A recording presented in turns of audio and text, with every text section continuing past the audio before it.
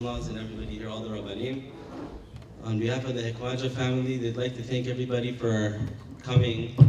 I know it's very hard during the week to stop everything you're doing and to come. They greatly appreciate everyone's attendance. You know, I'm not really good at speaking in public. My cousin called me and he kind of told me, you got to do this. Even when my mother passed away, I didn't do this. I couldn't tell him no. So I really didn't prepare much. I thought to myself, I should just speak. Whatever comes out, comes out. You know, it's very, very hard getting up here and speaking. Someone lives for 60, 70 years. How are you going to come up here in 5 minutes and speak about the person? It's very difficult. Where do you start? Where do you end? It's very, very difficult. But I decided, I was thinking on my way here at work, I'm like, what am I going to speak about? There's so much to speak about, so much to say. And I decided to say, okay, what's one thing that resembles my uncle? A lion. He was very, very, very passionate about everything he did. Regardless if it was ruchniut, gashmiut, to the last day I was with him. Every single day of his life, he lived full, from the morning till the night. I remember, it was like a year ago, I was in the hospital with him and he found out he had pancreatic cancer. He told me, look, he was calling for inspection for Santa Monica. I'm like, what are you doing? He gets the representative on the phone. He said, this is Michael Hekmatjah, Braum. Oh, Mr. Braum, we heard you're sick. What's going on? He's like, where's the inspector? He said, we heard you're sick. You're not coming. He said, just because I'm sick doesn't mean the inspector shouldn't show up. He was very, very passionate about what he did, and he didn't want to waste 1 second. Towards the end of his life, they were building a kollel over here. He came to me and said, promise me. They're going subterranean. He said, promise me if anything happens to me, they're going to build this. I said, don't worry, nothing's going to happen. Unfortunately, Hashem had different plans. I got a call about 5:15 in the morning from my cousin, Rabbi David. He says, come to the hospital. He's texting me. I was in the middle of selichot. He says, my father's not feeling well. If you want to come, just come right now. So I was in the middle of selichot. I said, okay, right after davening, I'm gonna go. Right in the middle of Kriyat Torah, he calls me. He said, come, my father passed away. I run to the hospital, take off my tefillin, I put on Rabbeinu Tam, and I jet out. I get to the hospital. I see my uncle laying there. My cousin's outside. I start saying Tehillim. I open up the Tehillim. The first thing that comes to mind when I open up the Tehillim, it's the one Tefillah Moshe. David HaMelech says, a person lives 70 years, if he's strong, 80 years. I was laid down there, he was there, waiting for Chaver Kadisha to come. And I was just thinking to myself, I said, oh my God, all the people that work every day, every single day we work for investments. The people that are in real estate, they know. It's all about the future, the future, the future, the future. We never know what the future has in stance for us. You know, you can invest your whole life. He invested 30, 40 years. In a matter of days, he was checked in the hospital August, 10 days later, boom, kaput, done.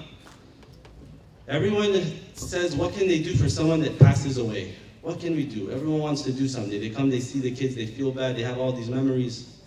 You know, 18 years ago, this picture was taken, today. It was Rabbi David's, it's his anniversary tonight. Nobody knows what's gonna happen. The only thing that we do know, that Torah and mitzvot stay forever. A person says, what can I do? The only thing that a person can do that will last, I remember I was in the room, Chaver Kadisha comes, they said, okay, they handed me a bag of his clothes he was wearing. They couldn't even, nothing. Just laying there, I was like shocked. I was like, oh my God, this is crazy. I never seen someone dead laying there. They just handed me the bag, they said, go, this is it. We'll see you at the burial. You gotta realize every single day, people that in different stages of their life, whatever it might be, you have to realize that we're not here forever.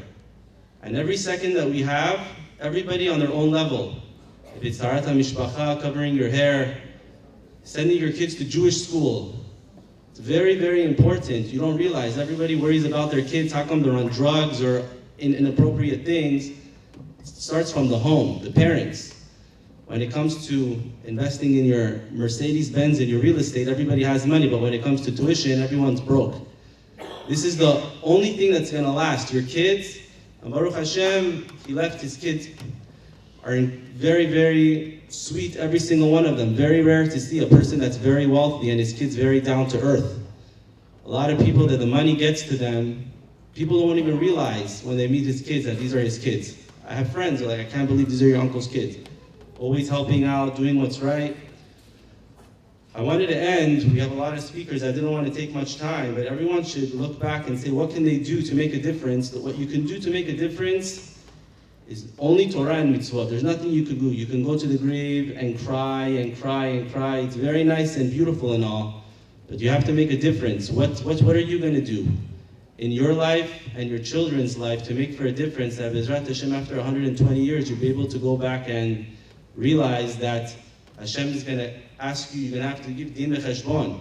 And the only thing that's going to stay with you is Torah and mitzvot and maasim tovim.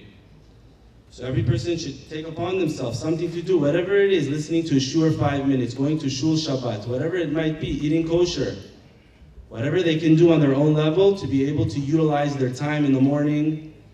And my uncle always told me, he said, I'm a victim. Everyone says, oh, I'm tired, I'm sick. He was in dialysis. He used to call me. I used to call him for advice. When I was developing some apartments, and I was like, look, what do you think about this and that? He would tell me, no, don't do it. And then I would tell him, oh, how about this? This is a reason why I should do it. The next day he called me, he said, you're right, you should do it. He was always mevater. He said, okay, if you're right, you're right. So a person should just, look back right now. Right now it's very hard for everybody, but they have to make a difference, Everyone's just scared when they go to the funeral, 5 days, 10 days goes by. The life moves on. You should try to utilize your time like he did to do Torah mitzvot. Money is also important, don't get me wrong. I'm in real estate myself. But you don't know what's going to be in the future. And my uncle's a prime example. He didn't even hit 70 years. He worked 30, 40 years of his life, and in an instant it was gone. You couldn't even take his socks with him. The next speaker was a very, very close person to my uncle and to our family. Dr. Sam Torbati, he runs the ER department in Cedar Sinai. Usually people that are very busy, they never attend, they're never there. I remember as a kid, if you guys think you have crazy kids, you have no idea. I was crazy. My mother called Sam, he says, I had warts on my hand. I said, Sam, he's like, you gotta go to the doctor. At the time, he wasn't working at Cedars. And one day he just showed up to my house with one of those things to freeze the warts on my hand. Remember that? 20-something years ago. He's very, very dedicated throughout the whole process. He was there. He lived an extra year and a half after he had his surgery. Thanks to Sam, he every single day checked in, checked out, made sure what's the best doctor, do this, don't do this. Anytime we have problems, we call him, and he's there with a text message. We always know we're in good hands. Without further ado, we'd like to call Dr. Sam Torbati.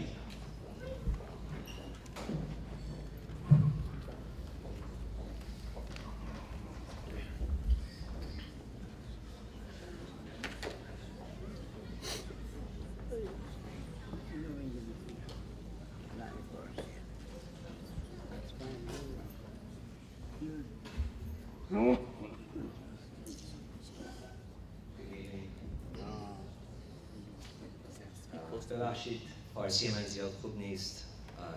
انگلیسی خود صحبت کنم. Forgive me.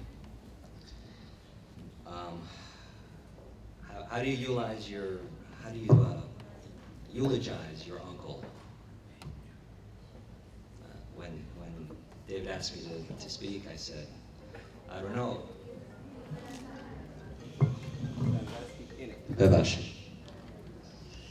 So when David asked me to speak, I said, I don't know what to say. How do you eulogize your uncle?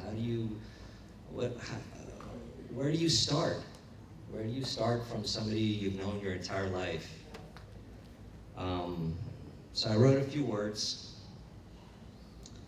And first I want to start by acknowledging the many faces that I see in the audience, family, friends, colleagues. I want to thank all of you for being here to honor my uncle, being here to honor his family, my family. So thank you. I know this coming to a temple on an evening and giving of your time takes a lot, and I'm grateful for you. Thank you. I also want to thank David and Daniel and Deborah and Yosef for the honor of allowing me to say a few words today. I have many memories. As I sat down, I said, what should I tell the audience? So I have so many memories of my uncle growing up in Tehran, later in Los Angeles. I had the pleasure of knowing him and seeking his counsel as an adult, and later the unfortunate honor of having to care for him as a patient. As it's quite evident here tonight with the large turnout, he touched the lives of many and was loved by many in the community. As you have learned, and you'll hear more tonight, Majid lived a very full life. He had remarkable accomplishments, and he was, in the eyes of many, quite a giant. He was a great father. He raised 4 amazing children: David, Daniel, Deborah, Yosef, all of whom have gone on to have large families of their own. Beautiful.